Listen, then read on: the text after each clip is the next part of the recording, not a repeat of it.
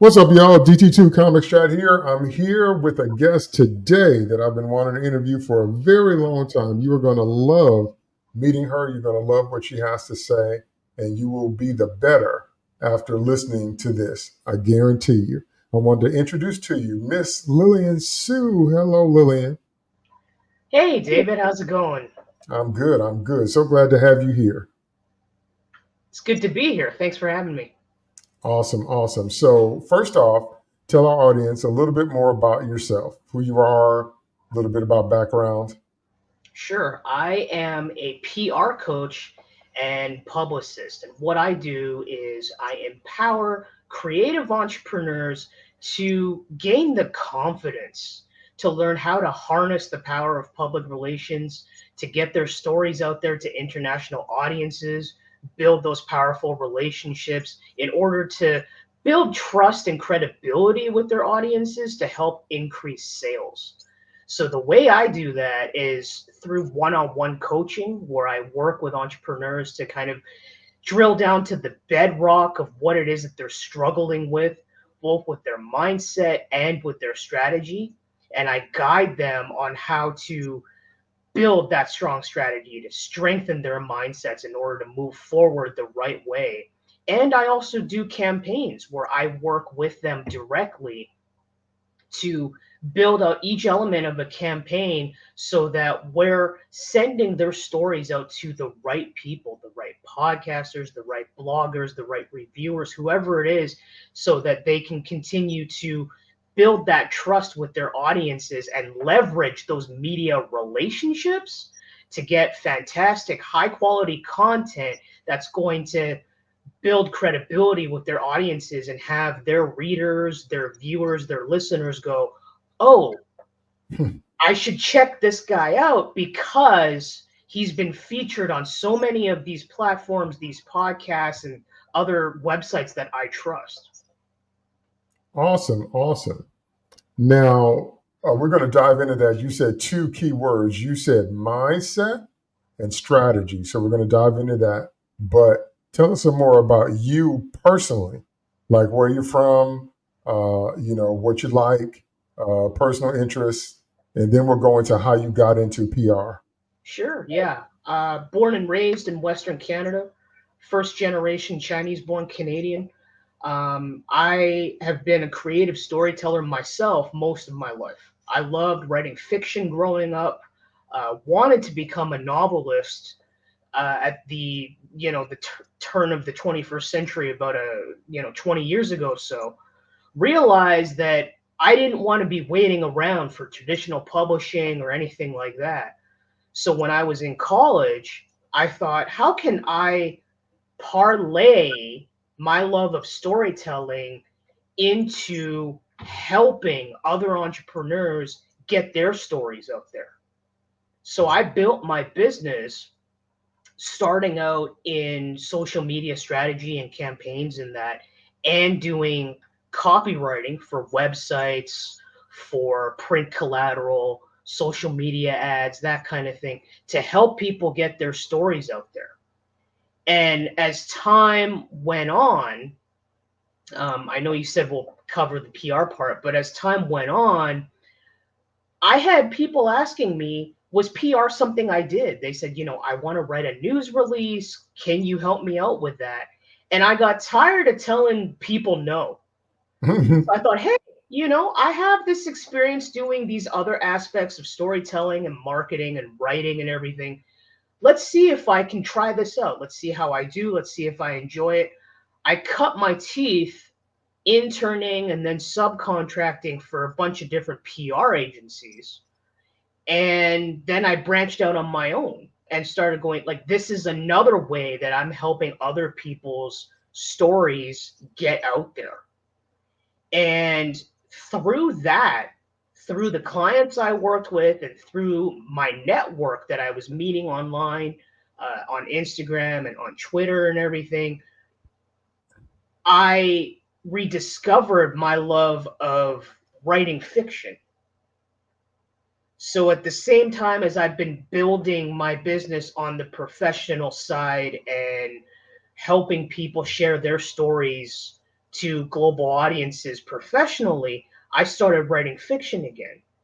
And it's come full circle for me now because now I'm in the middle of publishing my first nonfiction book, and I'm also writing fiction to be published as well. So it's funny how my career and where I wanted to be as a child has kind of come around full circle.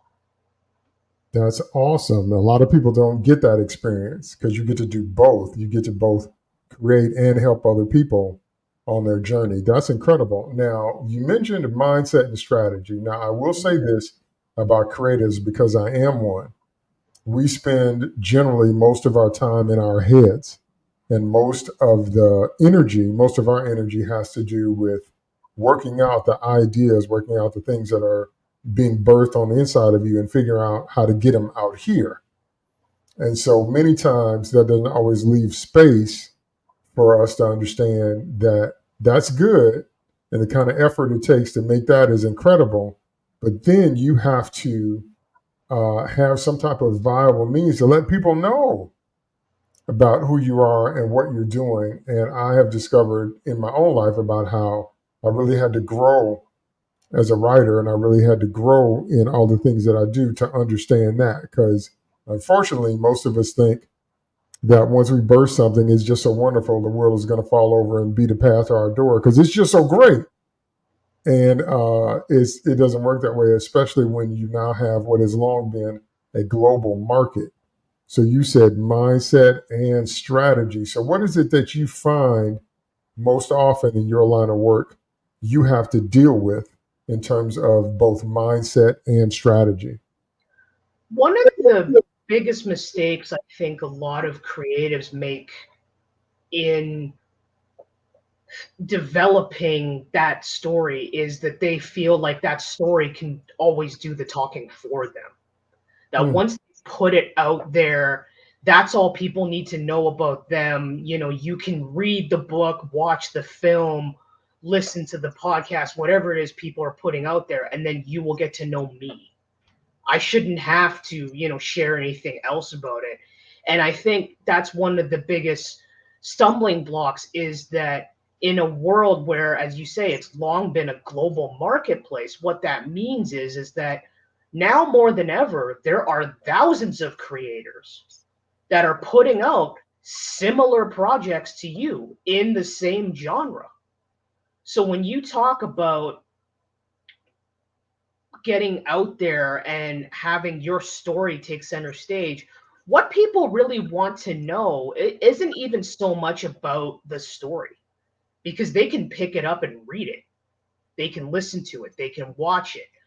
What they really want to know that's going to set you apart from everybody else is what's the story behind the story?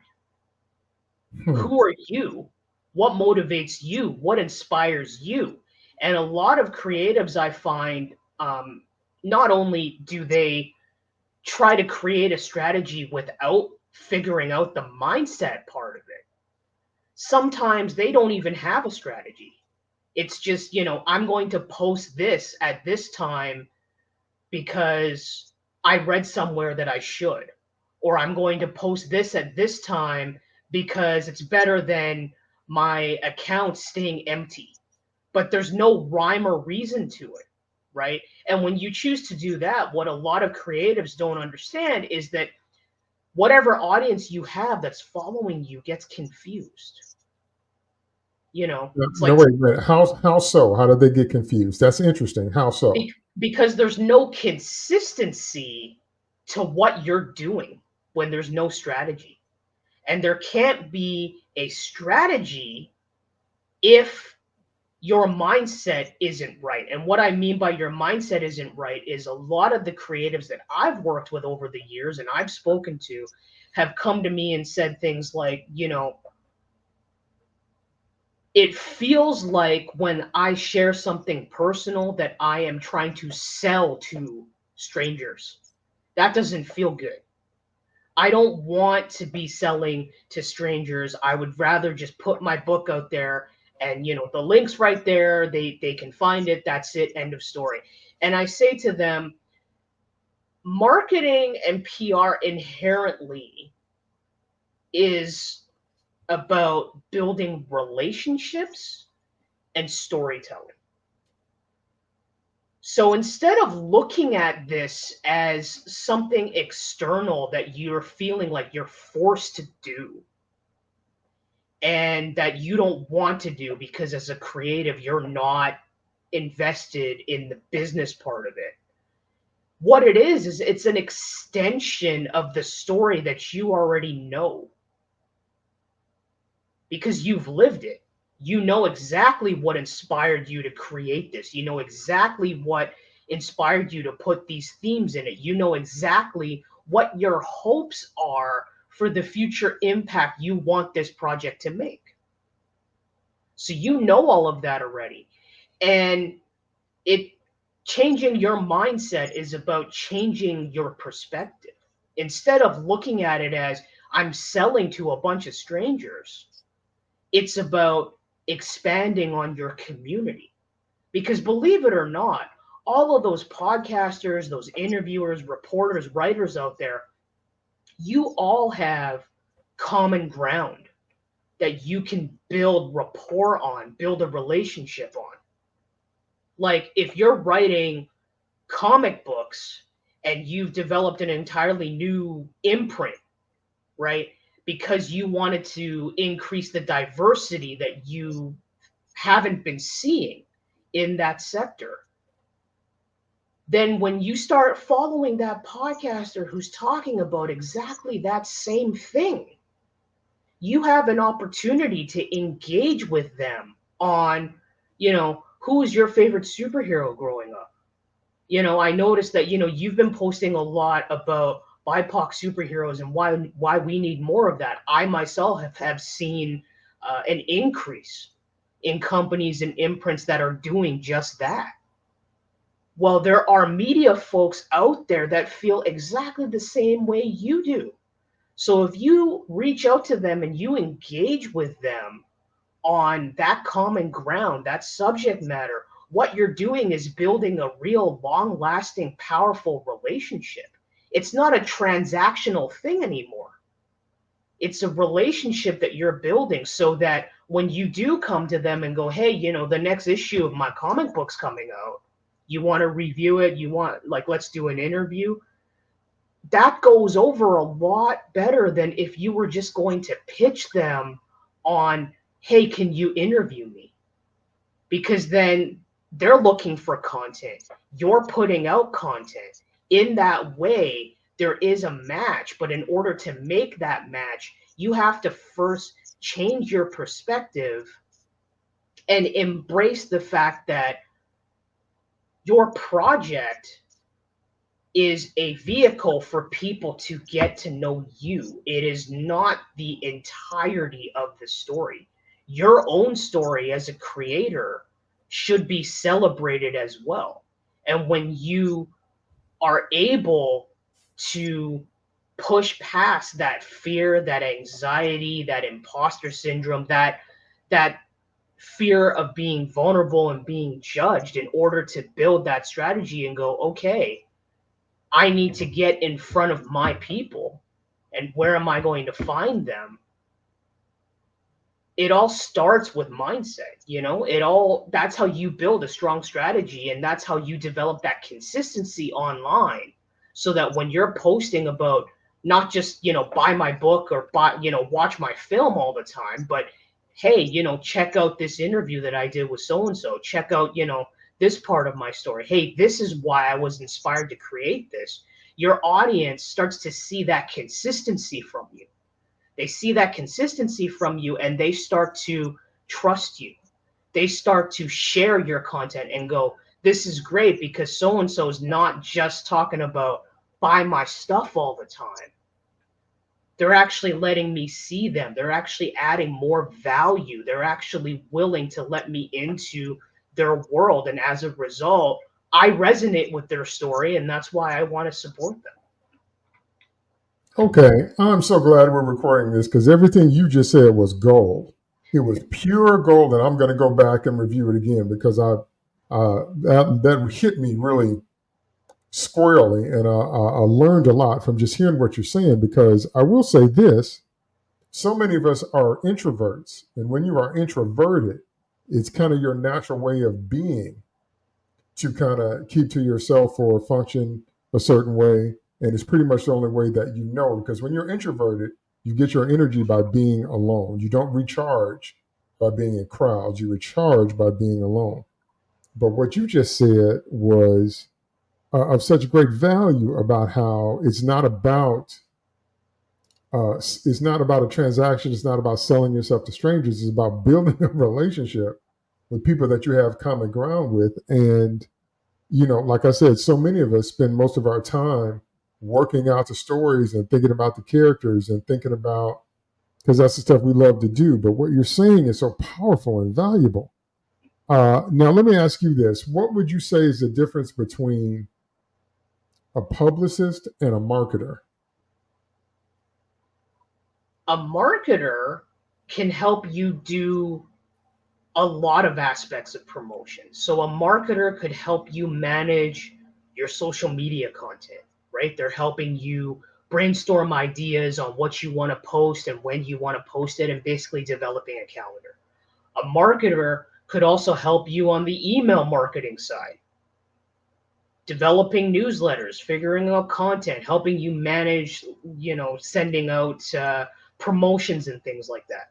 Marketers also help you do website stuff or online ads, run those campaigns and making sure that you're maximizing whatever budget you've invested into those things. A publicist is a little bit different. And I say this because all these other aspects of marketing that I just mentioned with the website, email, social media, all of that stuff is dependent on you as the creator to develop that content. You might have somebody who's helping you post it. You might have somebody that's helping you brainstorm ideas, but ultimately that content comes from you. So whatever gets posted comes from you. Being a publicist, on the other hand, is really about figuring out, okay, so you have this project. Where do you want to take it? What's your goal? Right. And I don't mean like, David, I've heard from enough creatives that have said, I want more sales. Like, I want to sell more books, or I want to get my film distributed, or whatever it is. It's like that goal is not specific enough for you to work towards. So a publicist will be like, okay, if that's your goal, then how can we make it more specific? And then how can we break it down? So if you wanted to increase sales 20% over the next 6 months, okay, what are all the different ways we can do to use publicity to get there? Publicity is less about coming up with a strategy and a plan to create content, and more about coming up with a strategy and a plan to develop relationships. So if increasing sales is my goal and I want to do that both online and in person, who's running those platforms? Who can I partner with that has a podcast that maybe I can come on there and have a conversation with, in order to allow their listeners to get to know me? And those listeners are in my genre, they're in my industry. I know they support projects like mine, right? So a publicist is about helping you figure out how to build that campaign that's going to help you build those relationships to get your story out there. And why do you want to do that? Like, what's the benefit of, say, going through a podcast to do that instead of just posting it on your own social media? Well, like I said, your social media content and your email content comes directly from you, right? Whereas if you do an interview somewhere else, what you're doing is you're leveraging that other platform. That other platform has spent months, if not years, cultivating the audience they have. Their audiences trust them because they have a track record of putting out high quality, credible content and giving their audiences opportunities to get entertained, captivated, and educated by the people that they bring on. So, what you're doing, because as creatives, it's impossible to meet with your audience members one on one all the time. You're using these media platforms as a conduit, as a shortcut to springboard you and your projects in front of their audiences. And the more people hear from you, the more they're going to start to trust you because they're hearing your story and why it matters directly from your mouth. And it's like if that platform, that podcaster, that reviewer trusts you, then it's worth them checking out. So being a publicist is less about just developing a content plan for stuff for you to post and more about developing a plan on who can I build a relationship with that's going to help me get my story out there the right way. And when that piece of content where I'm sharing my story goes live, how can I promote it effectively so more of my audience sees it and starts following me, starts recognizing me, and eventually buys from me. And to your point earlier about what you said regarding a lot of creatives often don't understand this side of business. A lot of what I do isn't just helping them build that campaign or even empowering them to do it themselves. A lot of the education and empowerment I do is to make sure that every creative out there can better advocate for what it is that they need when they go out and build these relationships with the publicists and the marketers that they want to work with. They can stand up for themselves and their projects and go, this is where I want to take it. Can we do it this way? Instead of sitting back, allowing someone else to make those decisions, making mistakes, and then not getting the results that they wanted to get out of it. Again, pure gold. What would you say to someone that has tried and failed or not gotten the success that they wanted, and now they're feeling like they don't want to try anymore? Like, did a Kickstarter, didn't get it fully funded, put it out there, nobody responded to my posts, whatever. They made an effort, but it didn't pan out like they thought. What would you say to someone in that place? I get it, first of all, because I've been there myself. It's a lot of time, a lot of energy, and you only have so much budget to devote to different aspects of that promotion, right? And to get it out there and to reach the right audiences. The important part of it, though, is to not just sit with it and focus on the fact that it didn't work. What you want to do is really look at it, analyze it, look at it from a standpoint of why didn't it work? What are the things you can learn from with it? How can you grow and choose to do things differently next time? I understand that when things don't work, it's hard to think about there even being a next time. But writing and creating is very similar to marketing and PR in that way, in the sense that nothing is ever perfect the first time out. Oh, say that again. Say that again for the cheap seat. Nothing's ever perfect the first time out. I mean, you know this. There's no way that you would ever publish a piece of writing that you had not gone over and edited yourself first.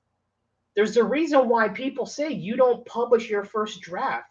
You don't upload a bunch of raw footage and call that a movie, Right. right? Right. There is polish, there is practice, there is preparation to be done. And it's the same thing with any aspect of marketing and PR. And important to understand that you can't just dwell on the fact that it didn't work. Take a step back, take a deep breath, and ask yourself, if I was to do this again, what would I do differently? What did I do this time that didn't work? And here's the really big piece that I tell my clients all the time and that I actually learned myself. What is it about the issue of control? Can I let go of the control that I don't have over whether or not people respond to what I'm putting out there? And what I tell my clients is hey, look, fact of the matter is, you're not creating this project for everybody, and you're not going to satisfy everybody. So instead of focusing on who didn't respond to what you put out there, focus on the people that did. Because the people that are ready for it, the people that are willing to hear what you have to say, and the people that resonate with it, those are the people you want to build relationships with. Those are the people that are your audience. Those are the people that are going to buy from you, support you, recommend you. And those are the people that are going to share what it is that you have to say because it made an impact on them. So it's also, in addition to being willing to analyze what else you could do differently, because marketing and PR is all about different methodologies, different methods to reach that same goal. You also have to do some mindset work where it's like, okay, how can I let go of that fact that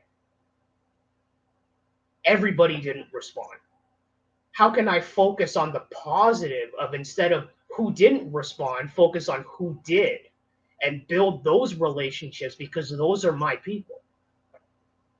Well, agree with all that. I've discovered that most of your life has to do with your self talk, and most of your life has to do with what are you saying to yourself. And there are lessons you have to learn. I learned a lot of lessons as a songwriter, and I still write music, I still do music all the time. And those lessons transferred over to me being an author. And one of those lessons was how you have to get over yourself. And what you just described is basically, in a nutshell, you have to get over yourself. Everyone is not going to respond the way you want to, and they don't have to. And everyone is not going to like or dislike or even care, and they don't have to. They're free to choose.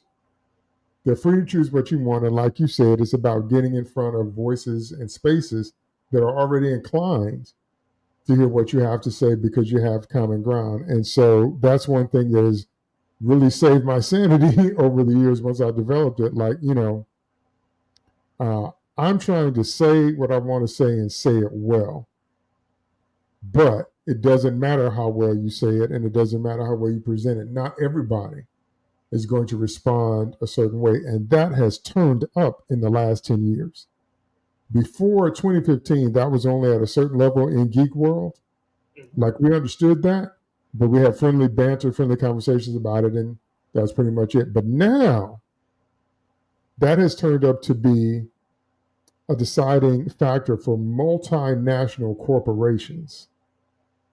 Twitter comments, Twitter trending, Instagram followers, so many things. And that's become a real thing now. Like, part of our data calculations. And I'm like, but you still can't change the way life works. You still can't take away people's free choice, and they still are going to, like and gravitate towards what they want. And so that has been very freeing and strengthening for me to understand that. But also, like I was saying before, it's personal because it's a baby. It's no different than a child. If you have a child, that child is beautiful to you. And that child, we will always have a frame and a view on that child that no one else will have because you're the parent. And your projects are no different from that. It doesn't matter what your medium is, whether it be music or writing or charcoals or choreography or whatever it is that you do. It's a parent-child relationship. And when you go through the labor and the delivery process, that's exhausting. But the baby is the thing to you.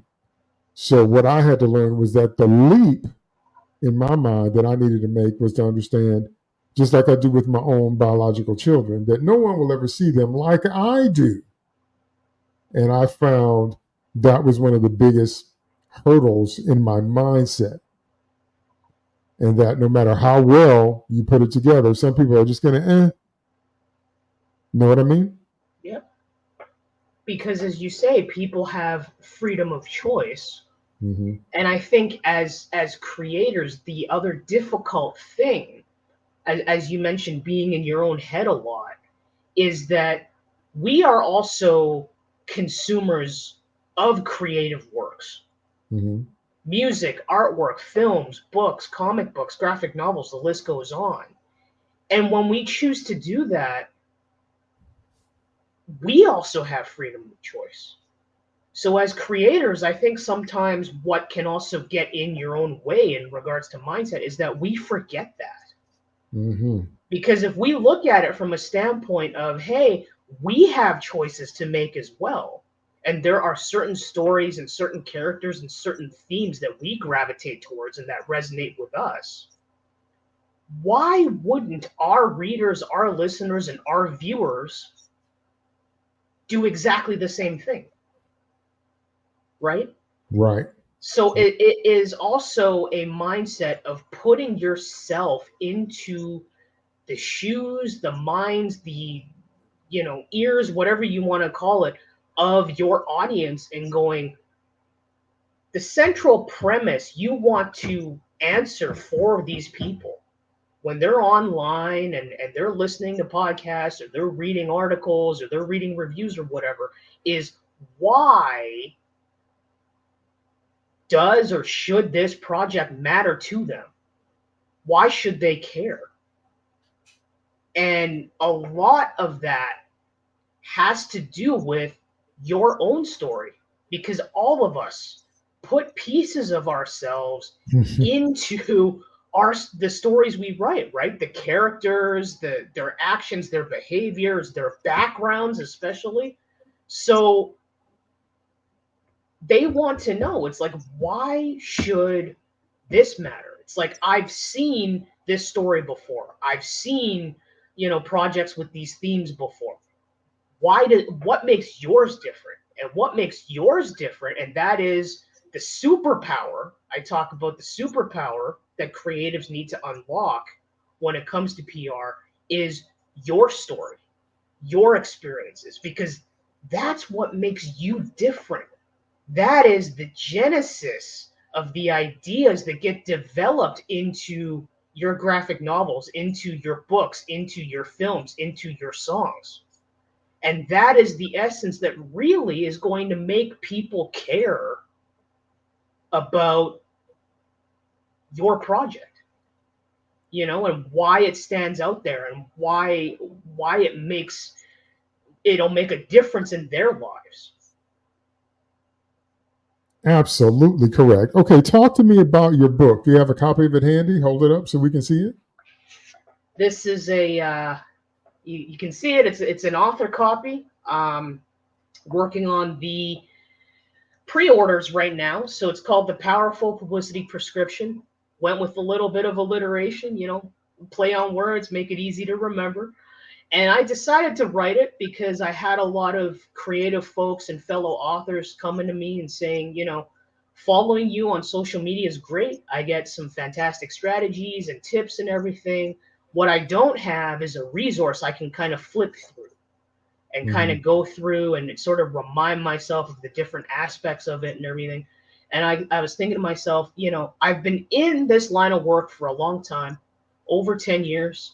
I have all this knowledge and this education that I can impart onto people that will not only empower them to gain better understanding of how all this works, but also empower them to advocate better for their projects and for themselves. Because I heard a lot of stories from creatives where they went through campaigns and they went, yeah, I got an interview or I got several interviews and they went well, but it didn't translate into the results that I wanted.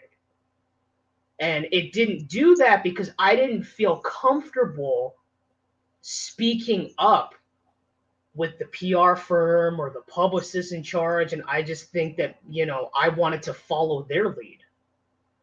So in releasing this book, for me, it's all about empowering the creative entrepreneur, the authors, the filmmakers to do better about and gain that confidence when it comes to advocating for themselves. So I cover everything from the history of PR all the way to you've had an interview go live. Let's talk about how you're going to promote it properly so we can get it out there in front of as many ears, eyeballs as possible in your target audience. And I cover, the importance of mindset. Let's talk about what's driving that anxiety. Why is that holding you back? How can you recognize what's driving it? And here are a bunch of different mantras and affirmations to help you push past that. Fear, anxiety, imposter syndrome. I talk a lot about PR myths because I have a lot of creatives that have come to me and said, I don't think PR works. And I don't think it works because I don't have $30,000 to spend on a campaign and I don't have a huge audience. I'm not a celebrity. So I don't think that works for me. And in this book, I go through that and I dig into why that's false. And I talk about how PR can work for everybody so long as you have solid goals and a strategy to back up those goals on how you want to achieve that. And you're also willing and open to learn. And you have that mindset. I go into all the different aspects of what you need for a PR campaign. What's a media kit? Why do you need one? This is how you build it.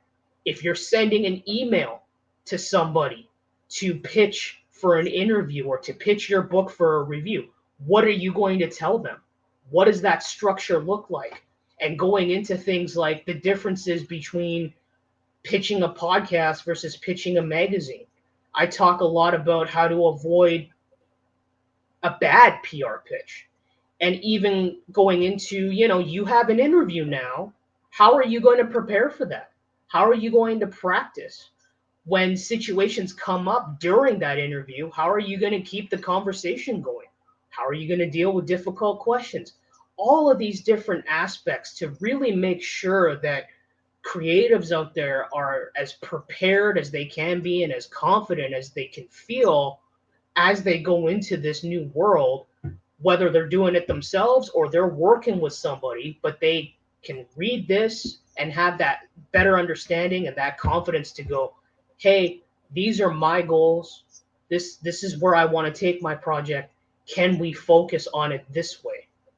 And to be their own advocates. That's incredible. Okay, hold that book up one more time and say the name. Hold it all the way up so we can see Yeah. it.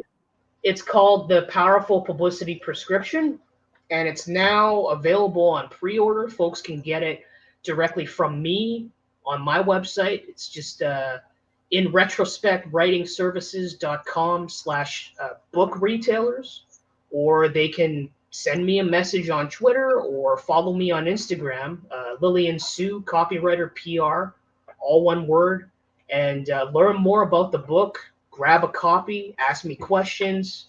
I'll be launching the book.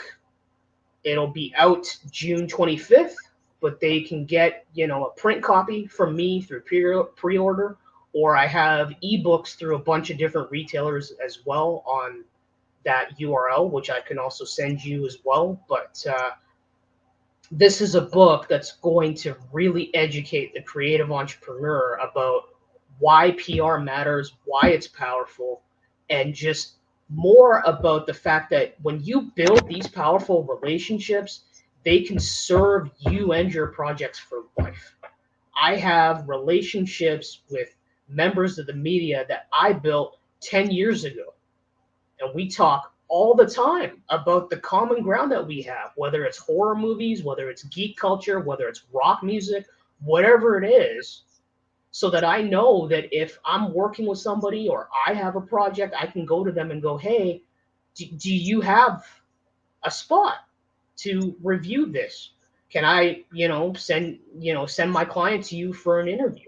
So that way it's not about a transaction, it's about building a relationship so that you can help each other out to develop that high quality content, build your audiences and continue to expand on your community.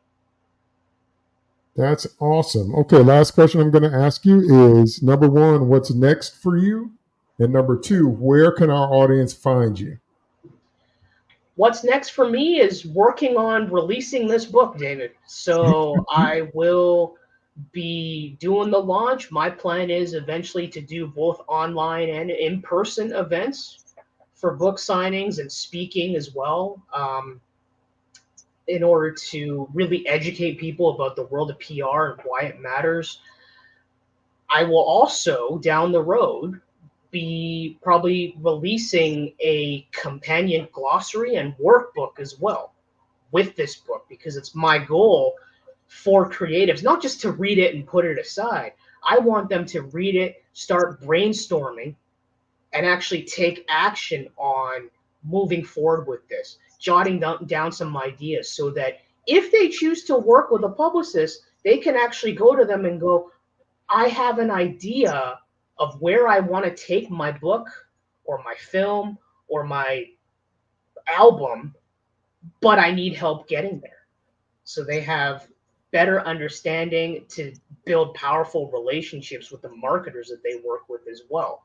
And as for where they can find me, they can always look me up on my website, inretrospectwritingservices.com, and follow me on Instagram at Lilian Sue, copywriter PR, and on Twitter, I am LSue30 or LSue23.